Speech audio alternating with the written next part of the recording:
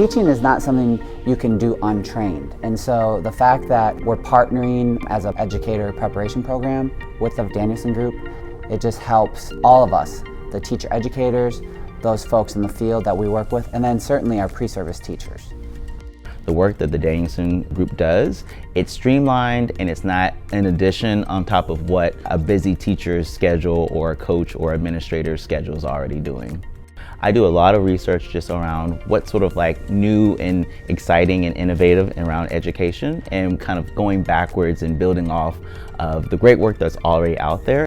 Here with Berea College, we had a lot of conversations on sort of the needs, the wants, things that they've been seeing in the field of education that they wanted to make sure that were amplified and also that we would be able to talk about here.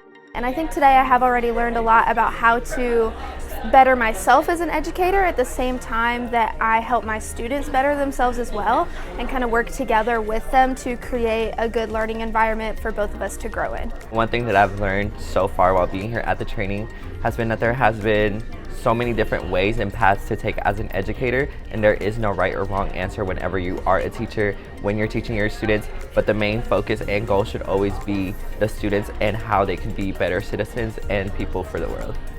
So today the thing that I've picked up the most is this idea of intentionality. I'm picking up that a lot of other really good teachers value that. And I think it's kind of increased the amount of value I put in to being more intentional across the board at all times. I came today to learn a bit more about my profession and learn a bit more about how I can apply what I'm learning today, about how the framework and how we should be teaching, and more about the cyclical process of teaching, so planning, preparation, and student engagement. We don't necessarily naturally get together with these stakeholders and constituents and colleagues, and so when we do, a lot of positive things emanate from it. Depending on the district or the school that you're working in, a lot of times it's similar issues around, teachers need skills around trauma-sensitive practices or SEL or social-emotional learning. So I usually design my workshops with that in mind of what are the things that most teachers aren't always equipped with through either traditional training or in their schools, and I design a lot of my work based off of that.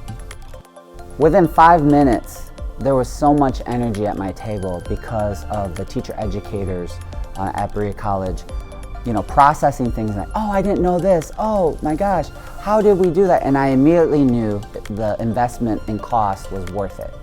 In terms of implementation, they really need to start working with their colleagues, their peers, to kind of turnkey some of the work, because I feel that if you say it out loud, you'll do it. Talking about making sure students make connections they need to make, that I need to plan correctly for the context and for the standards, and just use them very specifically to keep goals in check.